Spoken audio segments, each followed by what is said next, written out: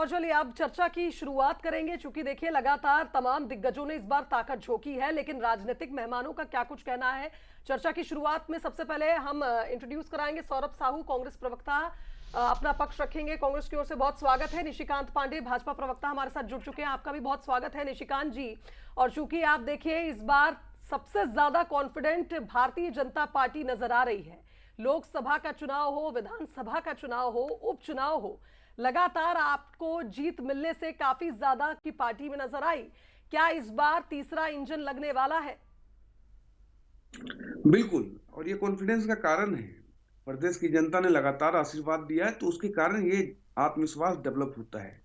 अभी भी नगर निगम में प्रदेश में पूरी जगह कांग्रेस बैठी हुई है। और प्रदेश की जनता से मैं निवेदन करता हूं कि पहले मतदान फिर जलपान।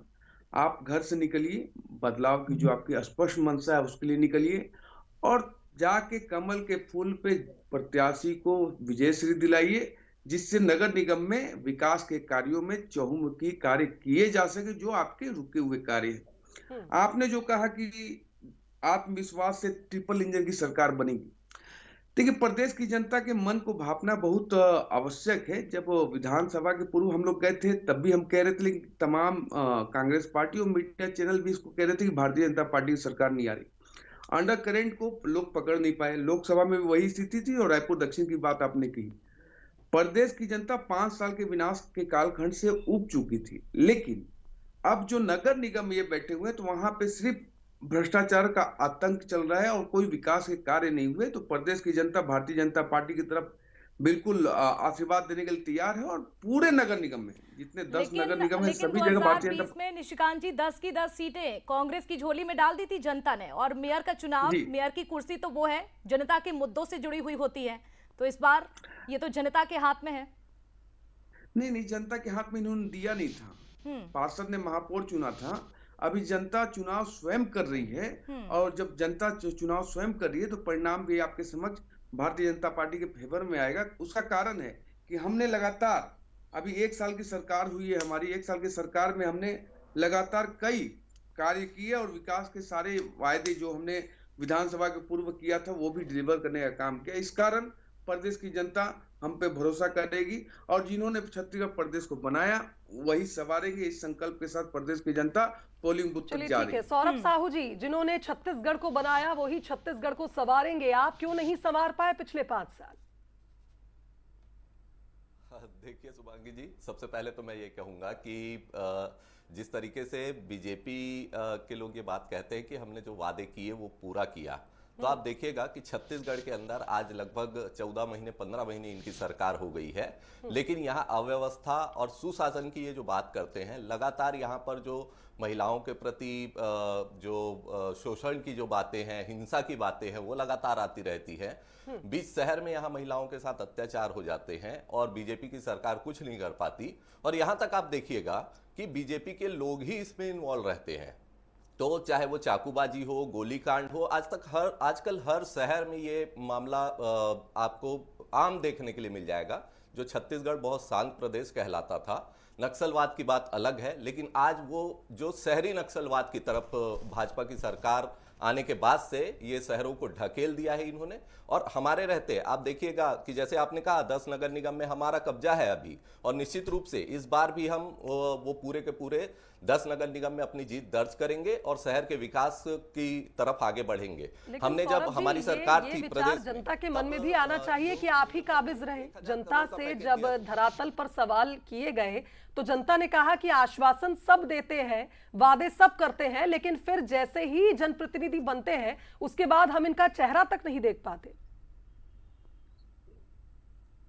देखिए शुभंगी जी, आप यहाँ पर देखिएगा कि हमारी जब सरकार थी तो हमने सभी नगर निगमों के विकास के लिए यहाँ पर स्पेशल पैकेज की भी घोषणा की, वहां पर काम भी किए, और सभी चीजों पे, चाहे वो ऑनलाइन सिस्टम बनाने की बात हो, जो चाहे ड्राइविंग लाइसेंस की बात हो, जमीन से जुड़े हुए जो जमीन की रजिस्ट्री, नामांकन, सब चीजों को जिस तरीके से हमने स्मूथ किया है प्रोसेस को, और जनता को उसका लाभ भी घर बैठे मिला है, जनता ने उसको महसूस किया। और हमारी जो जब हम अभी प्रदेश में गए और ग्राउंड लेवल पे जो हमको फीडबैक मिला, जनता का निश्चित रूप से आशीर्वाद हमारे पास है, और 15 तारीख को आपको इसका रिजल्ट देखने भी लेकिन सौरभ जी, बागी नेताओं ने आपके लिए चिंता खड़ी कर कर दी है, आपके लिए काफी परेशानी, चाहे अगर राजधानी रायपुर की बात कर ले या फिर बिलासपुर में। बागी नेताओं ने तो कांग्रेस के लिए मानो जैसे टेंशन दे दी हो।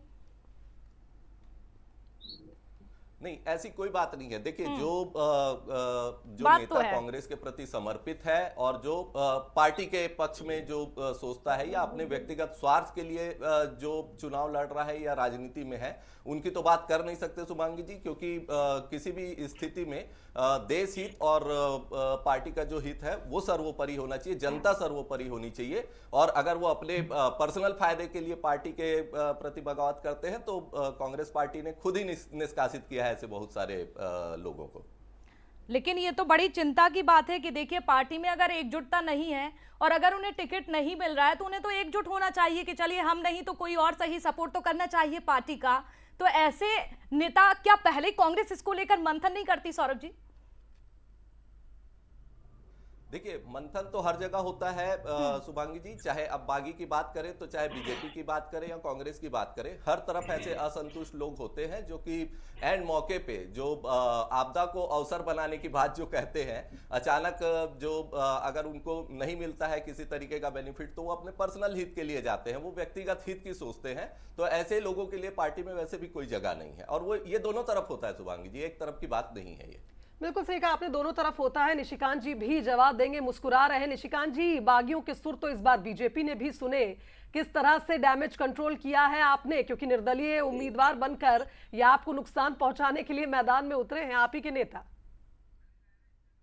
देखिए शुभांगी जी, जो जो बातें कही हमारे मित्र ने, बड़ा आश्चर्यजनक लगा। उन्होंने कहा महिलाओं का शोषण होता है और भारतीय जनता पार्टी करती है।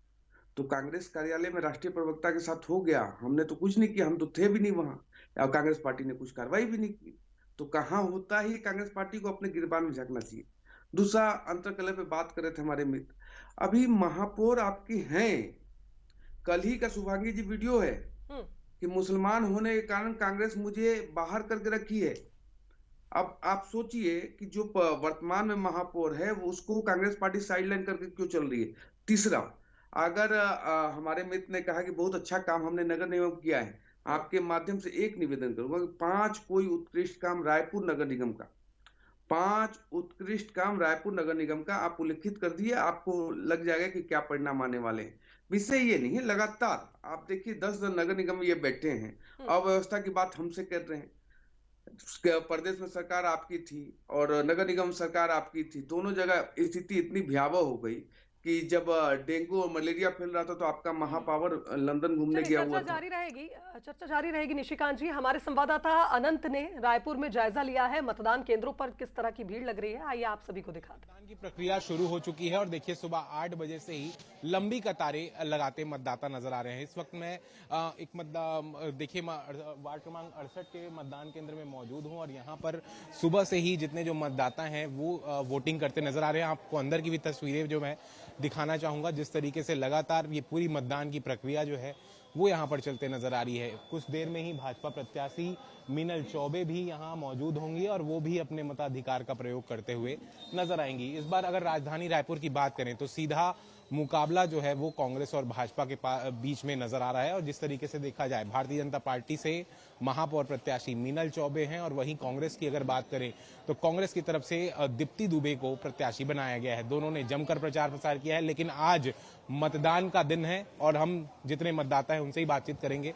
कैसे देख रही हैं आप इस मतदान को, किस चीजों को लेकर आप यहाँ पहुंची हैं, क्या देखती हैं? विकास को देख के बहुत अच्छा है। क्या लगता है क्या हो? जो बहुत अच्छा रहेगा। मीनल चौबे बहुत अच्छे मिल रहे हैं जी, वो 15 साल से यहाँ पार्षद रह चुकी है। हाँ, सुनती है सब। विकास के मुद्दे पे हम लोग वोट कर रहे हैं। बहुत अच्छा। क्या मुद्दे हैं आपके आज वोट करने पहुंचे? बहुत अच्छे मुद्दे हैं कि मीनल चौबे जी कुछ काम हम करती, इसी वजह से हम शुरू से उनके, जब उनके पति भी पार्षद चुनाव लड़े थे तब भी हम तो कुल मिलाकर ये कहा जाए कि जिस तरह से तस्वीरें हम देख रहे हैं और निश्चित तौर पर जनता भी काफी ज्यादा उत्साहित साक्षी नजर आ रही है।